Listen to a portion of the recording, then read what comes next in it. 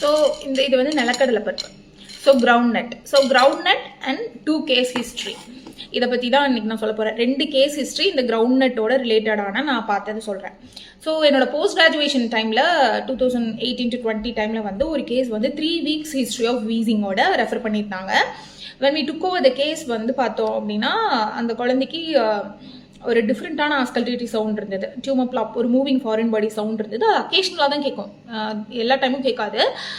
அந்த குழந்தைக்கு நெபுலைசேஷன் வச்சு இது பண்ணும்போது அந்த ஏர்வே டைலட் ஆகும்போது அந்த டிஸ்லாஜ் ஆயிர மாட்டேங்குது அந்த ஃபாரின் பாடி. அதனால டக்குன்னு கேட்கும். அப்புறம் மறுபடியும் போய் ஒரு இடத்துல ஒதுங்கிக்கும். அப்புறம் சவுண்ட் கேட்காது, வீசிங் மட்டும் தான் இருக்கும். ஸோ இந்த மாதிரியே இது இருந்துட்டு இருந்திருக்கு. ஸோ ஃபார்ச்சுனேட்லி அதை நான் ஆஸ்கல்டேட் பண்ணும்போது எனக்கு கேட்டுருச்சு. ஸோ அதுக்கப்புறம் உட்காந்து ஹிஸ்ட்ரியை ப்ரூவ் பண்ணால் என்னம்மா பண்ணீங்க, குழந்தைக்கு ஏதாவது பொறையிருச்சாமா, நல்லா யோசிச்சு பாருங்கம்மா அப்படின்னு சொன்னால், இல்லைங்க அப்படியெல்லாம் எதுவும் நடக்கலிங்க அப்படின்னே தான் சொன்னாங்க. அப்புறம் திரும்பவும் யோசிச்சு பாருங்கம்மா, ஏதாவது சாப்பிட்டுட்டு இருந்ததா, கடலை பொரி அந்த மாதிரி, அதை சாப்பிடும்போது டக்குன்னு ஏதாவது அடிச்சாங்களா அப்படின்னு கேட்கும்போது, ஆமாங்க ஒரு நாள் வந்து இந்த மாதிரி தட்டத்தில் உட்காந்து சாப்பிட்டுட்டு இருந்தது. நாங்கள் வந்து பின்னாடி இருந்து முதுகுலேருந்து ஓங்கி ஒரு தட்டு தட்டினோம், விளையாட்டுக்கு தட்டினோம். ஸோ அப்போ வந்து டக்குன்னு அப்படி பண்ணால் அப்போ இருந்து கொஞ்சம் இருமல் அதிகமாச்சு. அந்த அன்னைக்கு ஈவினிங் தான் கொஞ்சம் அதிகமாச்சு. நான் அதுக்கு முன்னாடியே சளி இருந்ததுனால அதனால ஆயிடுச்சுன்னு நான் நினச்சிட்டேங்க அப்படின்னு சொன்னாங்க.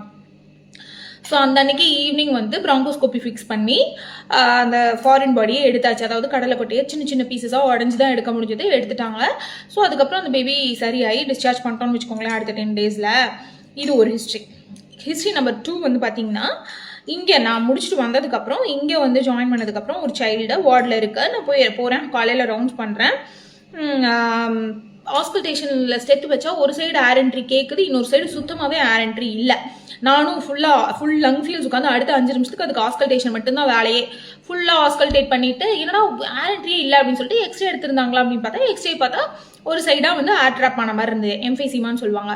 சரின்னு சொல்லிட்டு அந்த குழந்தைங்களுக்கும் அதுவும் வந்து சளி, மூச்சு வாங்குது, இப்படி தான் வந்துருந்தது. மறுபடியும் இந்த குழந்தைக்கும் அதே மாதிரி ஹிஸ்ட்ரியை ப்ரூவ் பண்ணால் அவங்களும் சொல்கிறாங்க அதே கடலை கொட்டை, அதே ஹிஸ்ட்ரி, அன்னிலேருந்து தான் மூச்சு வாங்குது அப்படிங்கிறாங்க. இந்த குழந்தைக்கு அது வேற மாதிரி ப்ரெசென்ட் ஆயிருந்தது, ஏர் ட்ராப் ஆயிருந்தது, ஃபுல்லாக போய் ஒரு இடத்துல பக்காவாக லாஜ் ஆயிருந்தது. இந்த மாதிரி இங்கே வந்து அந்த மாதிரி சவுண்ட் கேட்கல, ஃபுல் ஏர் என்ட்ரியே இல்லை ஒரு சைடு. ஸோ இந்த குழந்தையும் அப்புறம் இங்கிருந்து சேலம் மெடிக்கல் காலேஜ் ரெஃபர் பண்ணி அங்கே வந்து பிராங்கோஸ்கோப்பியில் எடுத்துட்டாங்க. அந்த சைல்டு நல்லா இருந்துச்சு, ஒன்றும் பிரச்சனை இல்லைன்னு வச்சுக்கோங்களேன். பட் இது எல்லாமே ஐசியூ அட்மிஷன்ஸு.